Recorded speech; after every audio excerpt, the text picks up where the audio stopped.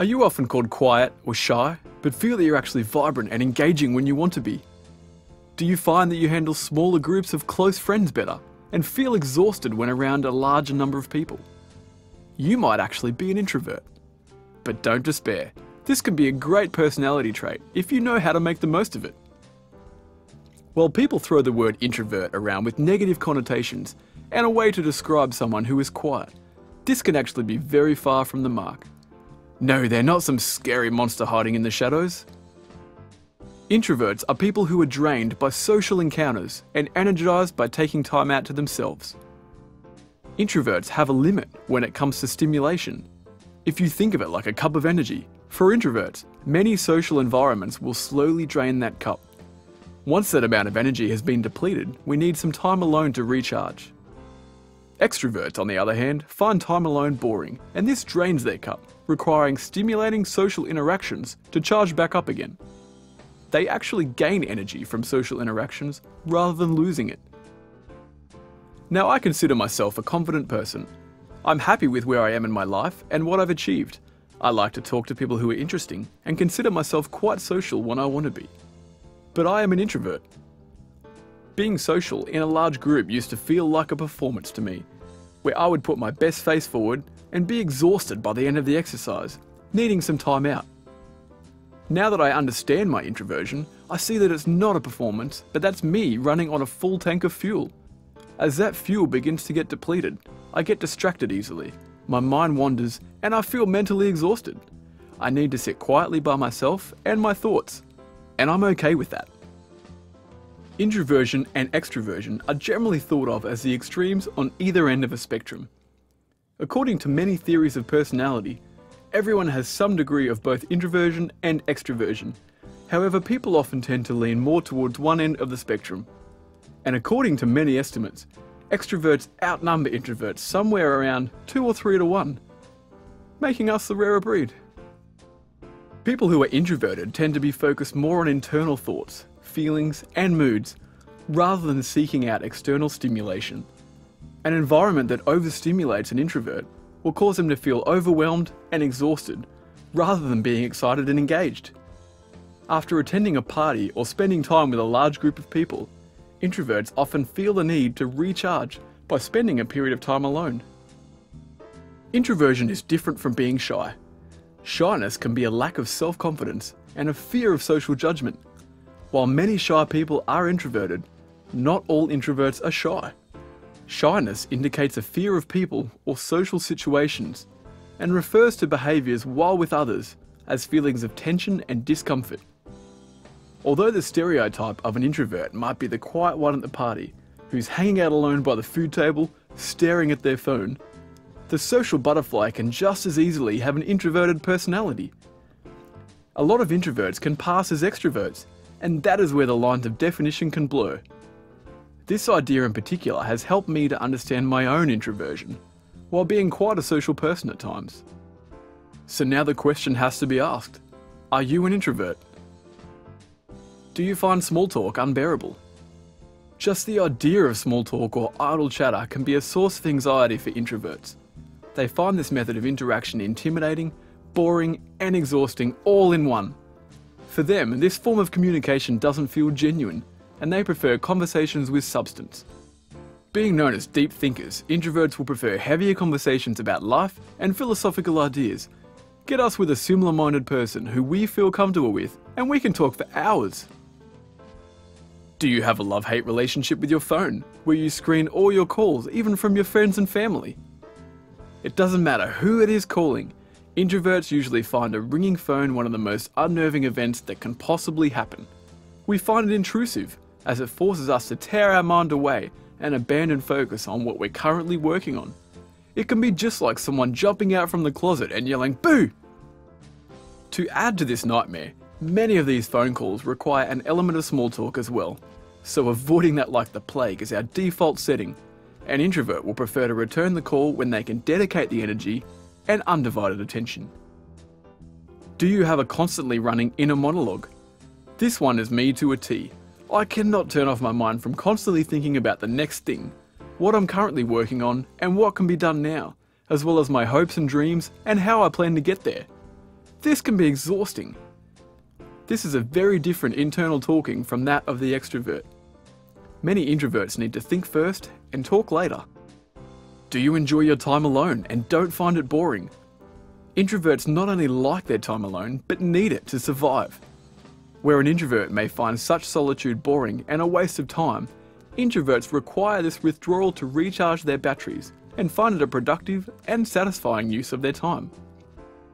Other common telltale signs of introversion can include having a small close-knit group of friends rather than a large network of acquaintances. You are more comfortable expressing yourself in writing than talking face to face. You start to literally shut down when you've been active for too long. You like to keep your emotions private and don't want anyone to see you cry or get upset. You fiercely guard your personal space and will need some time out if it has been intruded upon. You find that you get easily distracted. But don't let being an introvert be associated as some kind of personality disorder. Embrace your introversion and know how to get the most out of each situation you face in life. Introverts quite often find that people try to change them or suggest that something is wrong with them, but nothing could be further from the truth.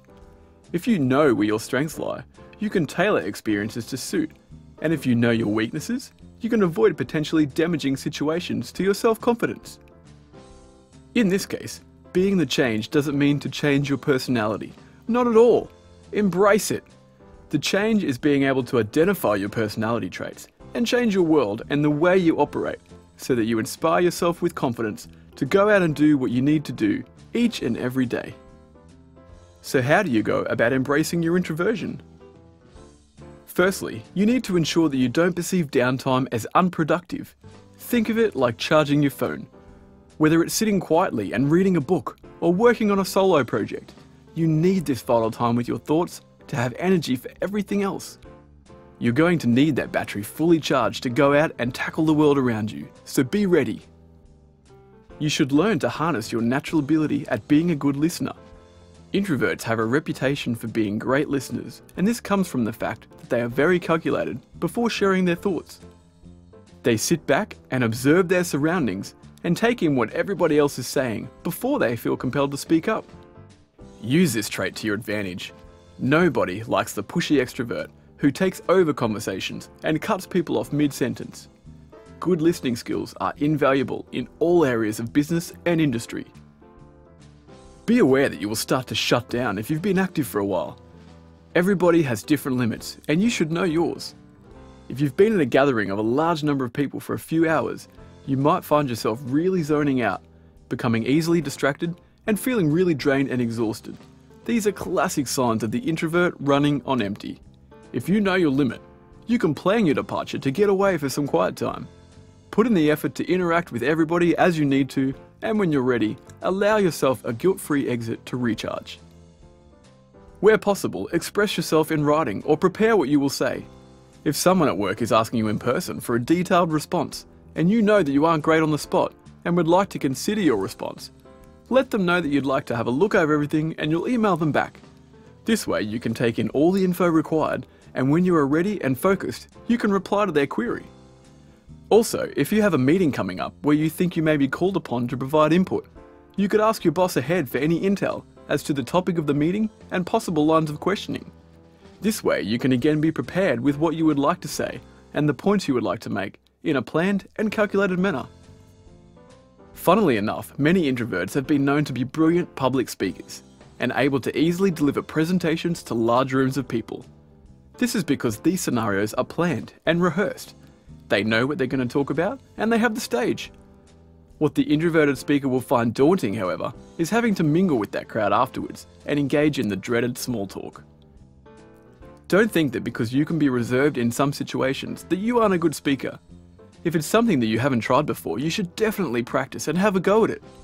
For those introverts who find it difficult to mingle with some of their managers in a work environment due to the small talk required, volunteering to give a presentation to the bosses when someone needs to can be a great way to get noticed as a star performer and help climb your way to a better position in the company. Also, be mindful that being an introvert doesn't mean that executive positions aren't achievable for you.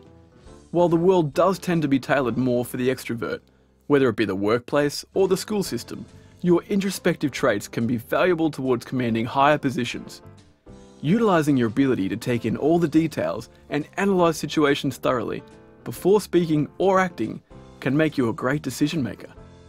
There are many well-known Fortune 500 CEOs who are in fact introverts, so the sky is the limit for you. Don't discount your ability to achieve great things. There are some other points to be aware of to make the most of your introversion. Introverts tend to be extremely observant and mindful of their surroundings. This comes from their predisposition to sit back, listen, and observe. We've already covered a few of the benefits resulting from this, such as being a good listener and decision maker. It can also make you a great judge of character. As an introvert, you are more likely to stand back and size someone up before really letting them in. This allows you to make an objective assessment of them, and you will do this naturally before committing to much of a conversation with anyone. It's the introvert's way. A byproduct of this behaviour also means that you may keep an air of mystery about you, which can intrigue people to want to know more about you, and some people just like to be mysterious. It could also be considered that introverts are great at getting stuff done, as their desire is to be left alone and carry out their work in solitude, allowing them to completely focus and concentrate on what they're doing. An introvert's personality also makes them a perfect candidate for a very close and loyal friend.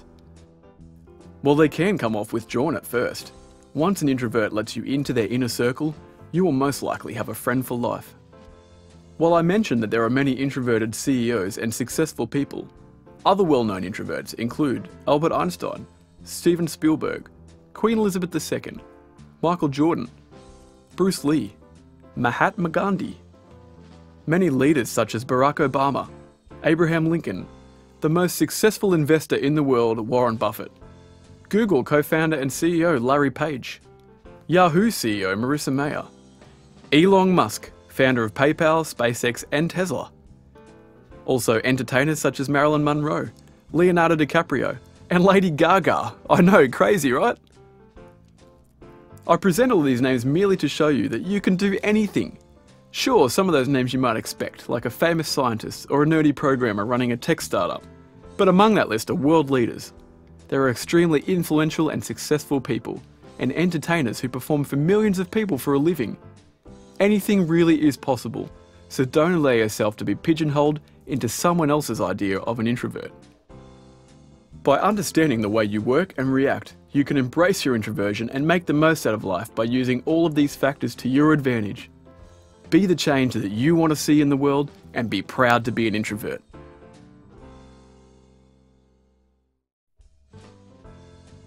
Thanks for tuning into Ratalyst, guys. I really hope you enjoyed this video on introversion and you got something from this introvert delivering a presentation to you all.